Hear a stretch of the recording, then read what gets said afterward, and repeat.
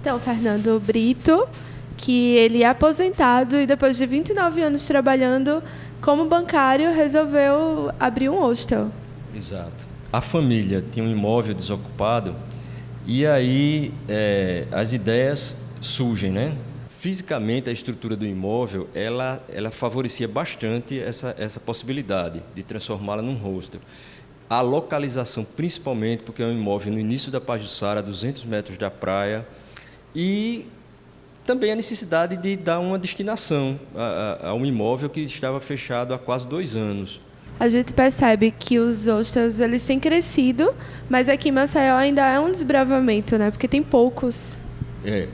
Proporcionalmente, sim. O grande contingente, assim, proporcionalmente falando, é nas cidades do sul, do sudeste, mas aqui no nordeste, que são cidades capitais e cidades turísticas favorecidas pelo mar. Daqui de Maceió, João Pessoa, Aracaju, São Luís, ainda é pouca, assim, em termos proporcionais. E isso se reflete também na quantidade de turistas que vêm para os hostels? Para nós até, que não tínhamos experiência nessa área, e o nosso referencial era uma literatura, né, assim, o que a gente pesquisou na internet, é curioso, porque a demanda, nós esperávamos o quê? Um público jovem, na faixa de, no máximo, 25, 30 anos, assim, sozinhos, aventureiros, mas, na verdade, na prática, o que a gente tem visto, e até é surpreendente, é que nós estamos contemplando toda a faixa etária. Nosso hóspede tem de 18 a 60 anos, homens e mulheres, casados, inclusive, e assim, não há um perfil ainda que a gente possa dizer, não, a maioria está encaixado nessa faixa etária com esse perfil. Não, é muito diversificado o público pelo menos que está frequentando o nosso hostel. E vocês abriram numa época em que já é um pico, assim, né, de turistas aqui na cidade. Assim, na contramão, né, da orientação, nós abrimos na alta temporada, quando o Maceió já estava como destino turístico muito procurada, e a resposta foi imediata.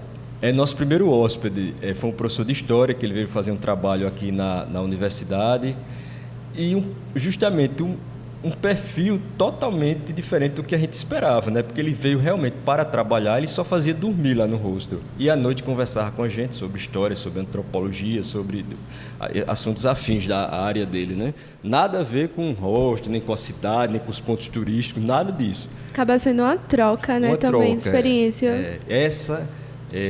Essa eu acho que é o que a gente mais tem lucrado, é justamente essa troca de experiências, através das conversas, são histórias de vida de cada um, enfim. Aí, como existe essa diversidade de idade, de preferência sexual, de naturalidade, de nacionalidade, inclusive de idiomas, né?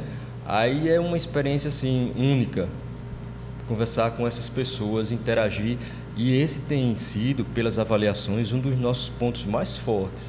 Existe essa ideia de que o hostel ela é a repaginada do albergue. Me conta aí mais sobre isso.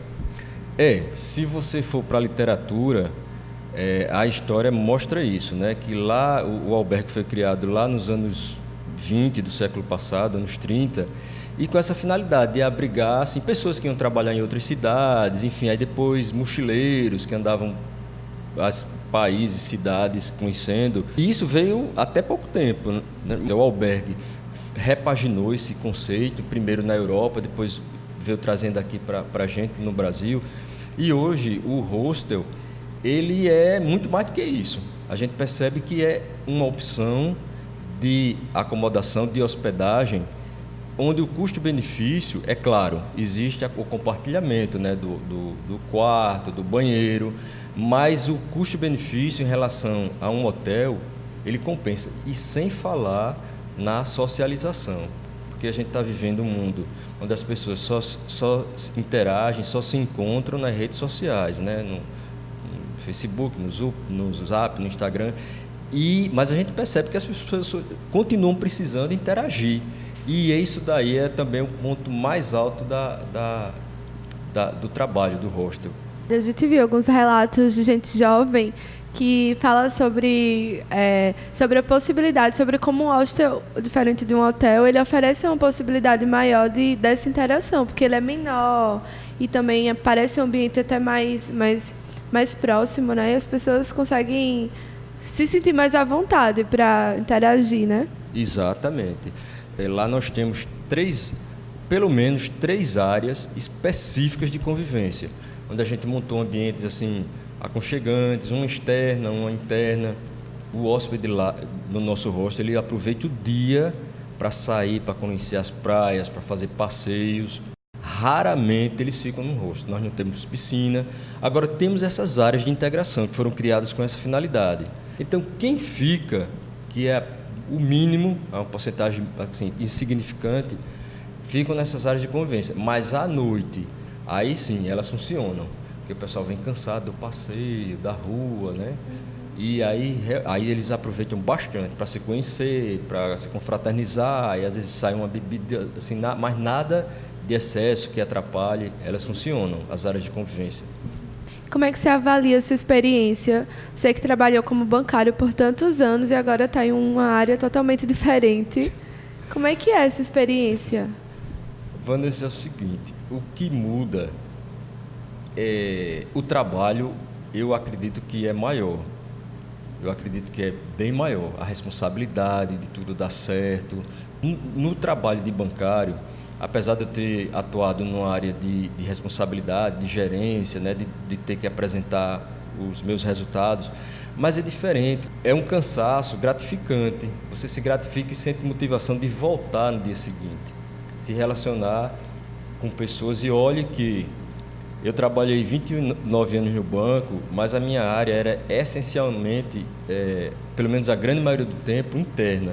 Eu não atendia público, eu não vendia produtos. Lá é totalmente diferente, né? Você tem que estar na frente, recebendo bem, atendendo bem, se colocando à disposição. É um trabalho completamente diferente.